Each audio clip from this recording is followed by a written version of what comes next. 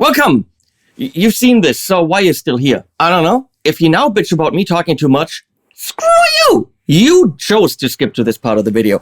We have a Larry Carlton L7, which I guess stands for less something 7.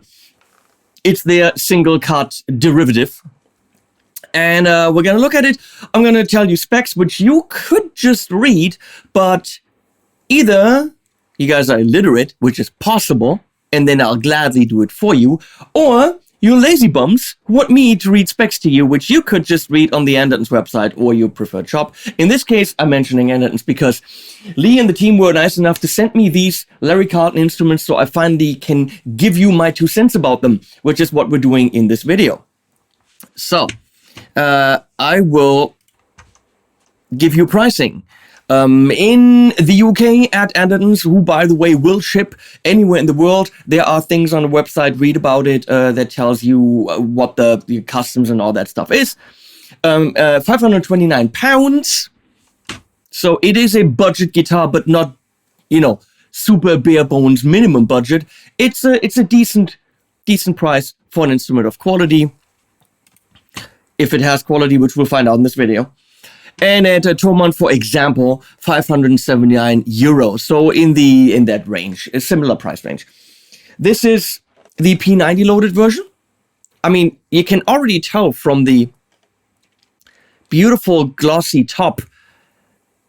I don't know, when I'm looking at this, I can tell that there's a different quality than some other budget guitars I reviewed. I don't know. The reflection of the guitar tells me the price range. I sound like a total snob. Might be. Let's look at the stats. Body shape, Sire LP style shape. LP style, because it's of course a little bit more pointy here and all this, but then you look at the back and that's not a Les Paul. This is a massive improvement to the standard set neck that you see on the stupid American ones, you know, from that company. This is, I don't know why companies do this. It's so completely freaking pointless. Because when do you actually play up there? If I'm playing, even if I'm standing up, I'll never get to this point. I don't know why they think a shaping there is necessary. It's for you to be duped into paying for the shaping, but it's cool. It's just unnecessary. So this is, of course, a mahogany style body, I'm going to say. It is mahogany. But this is satin. High gloss and satin. I love the satin. I got used to guitars with painted necks, but this is definitely preferable. Sherman, English, not my thing. Top material, hard maple, flame maple veneer. It's a veneer, but it is gorgeous and it is deep, not just flat. Mahogany, gloss finish, neck, mahogany, C-shape, binding ivory, scale length 24.7, fingerboard material, ebony, edgeless, rolled fretboard edges. Yes, I have to say that all the Larry Carlton guitars have beautifully rolled off fretboard edges, which makes playability rather nice. And that in that price range is something I haven't seen from any other brand. So thumbs up there. Radius 12-inch, number of frets 22, frets 20.2, 2.7 medium jumbo, bone nut, that's something to point out, 43 millimeter width, trapezoid shape inlays, set neck joint finish satin, chrome finish hardware, Tunomatic in aluminium, not aluminum because we're not in the US. Stop tailpiece, tuning machines, Sire premium locking, because look at them shits right here, come on. That's how you do it on a modern guitar, people, and nothing else will do. Except sometimes other things will do. Pickguard, ivory looking. It's not, the elephants are safe, trust me. Control knobs, brown top hats. 1, 2, 3, 4. It's too many for me if you ask me. Strap buttons, 2. Well, 1 would not suffice. Why am I speaking in these British suffice? I'm a little bit more British today. Because came from Andertons. British. They don't say the T. Those lazy bums. Bridge pickup. LC, Larry Carlton, vintage P90. Vintage P90. The other one, blah, blah, blah, blah. Output jack, it is 1/4 inch. I mean, who would have thought on a guitar? It's nice that they write these things. And we're done.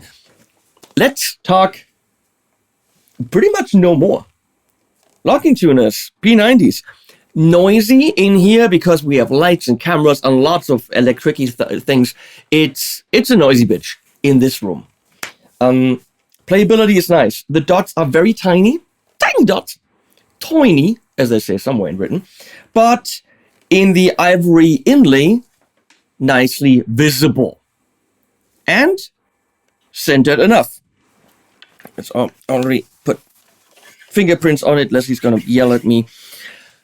So, on paper, and I'm going to take this right out of the review. On paper, right out of the... I'm going to start the... if you know what I mean. On paper, it's brilliant. The price is fair. Bone, locking, P90s. Look at the nice top. Modern features. On paper, this is pretty damn impressive. And for... in its budgety kind of price range, definitely beats out some of the competition or most of the competition. However, that's on paper. We can look at specs and what it looks like and all that stuff. But how does it sound? I'm going to tell you right away without you hearing a single note right now. It doesn't have that mahogany thickness. It doesn't feel like a Les Paul. I don't think it is. It looks like one. Tonally, it isn't. Yes, it's got P90s, and if I get my P90 Les Paul out from over there, that wouldn't be fair because that's a Panucci, but I don't feel that Les Pauliness. It is more glassy, thinner, but not in a negative way. But you know what?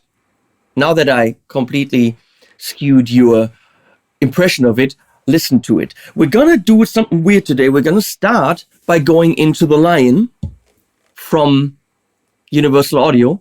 If I want to, through the TC Electronic 2290p, because I'm testing that right now. And why not through a real amp? Well, we're gonna go through real amps, but the line allows me to get some kick-ass sounds and be able to manipulate them right there. So we're gonna go through pretty much a plexi type thing, and trust me, this is as good a plexi as you will find anywhere in the world. Modeling, it doesn't really enter into it into here, even though it's modeling. And sounds.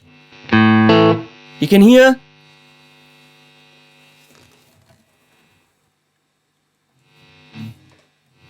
Yeah, there's some noise.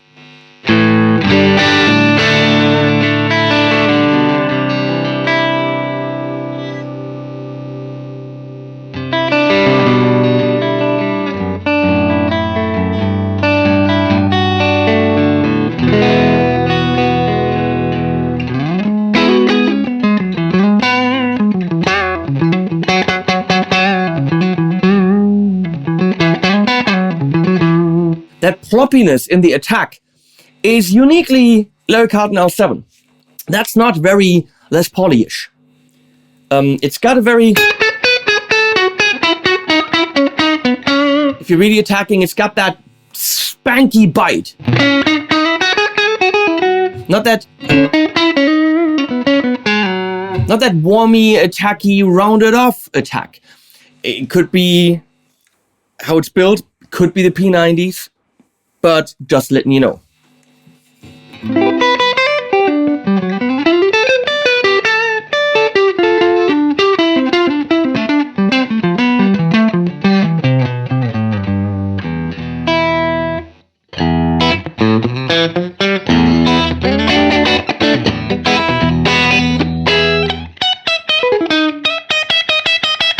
See what I see? That's a plank, not a lot of meat.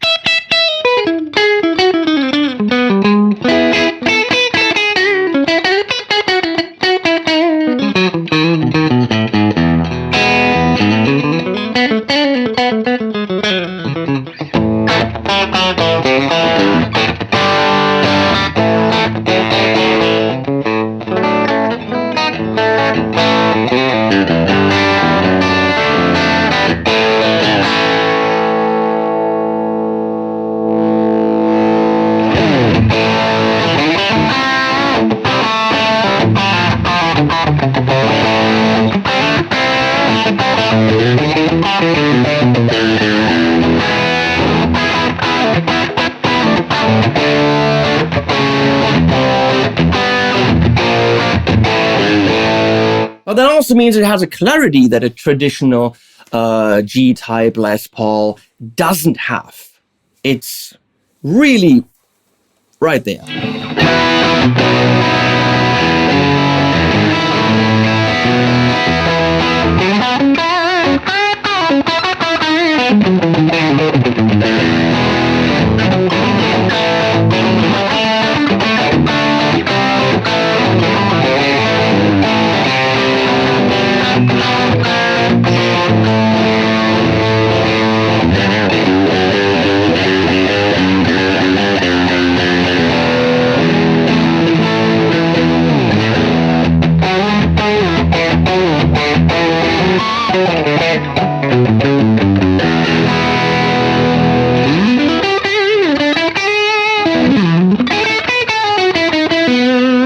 Let's go to my preset, which is a brownie sound with a TC.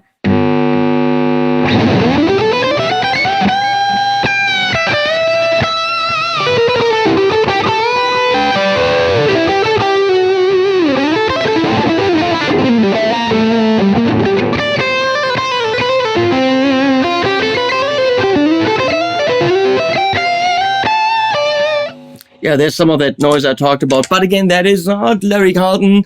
That is P90 in this room. Just forget about it. Forget about it, as they say in England. No, they don't. We're moving to real amps. This is not... I mean, this was a pretty fairly priced rig with the 420 bucks, whatever, for the line and this guitar. So nobody can say, well, you're only checking it with high-end amps. Well, now we are. Tone King Royalist, here we go.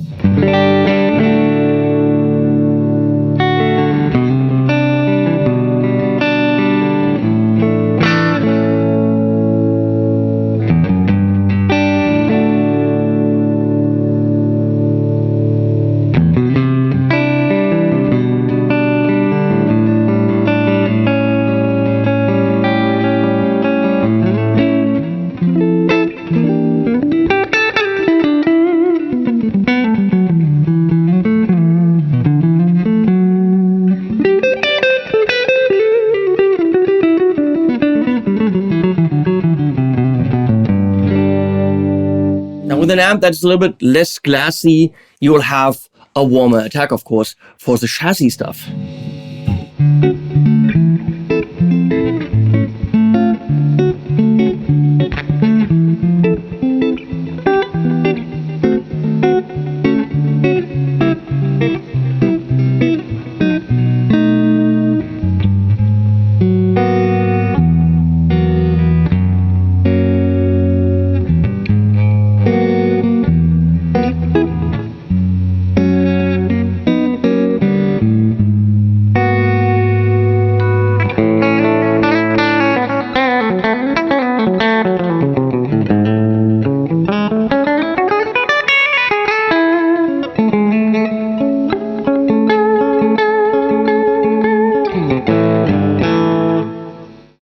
Moving on to the Morgan MVP66, which is kind of JTM-ish.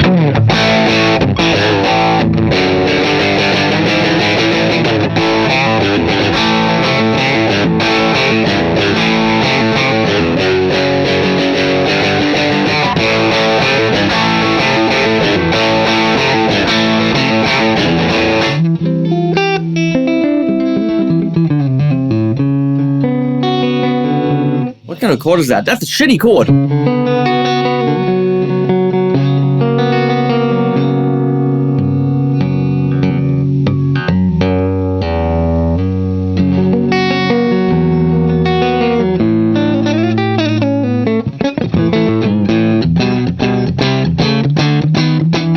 Okay, let's move on. We got more amps. Not that many more. We're going straight to the JCM 800.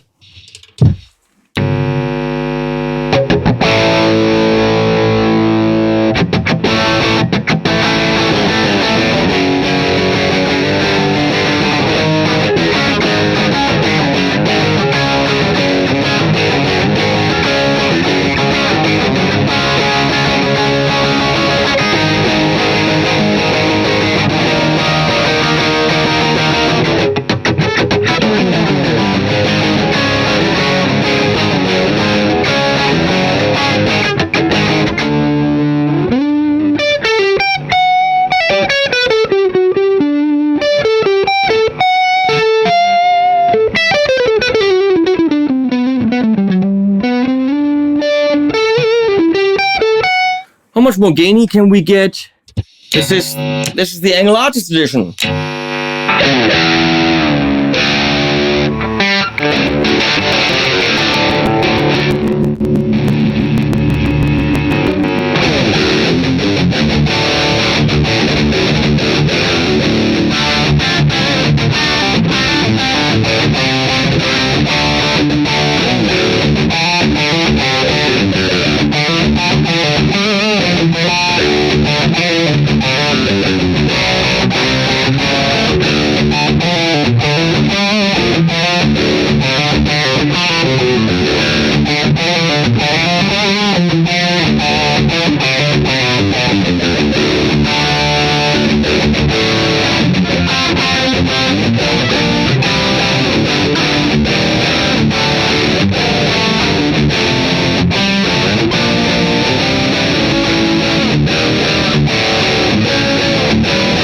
Quite a bit of gain there on that amp. That's not the P90s.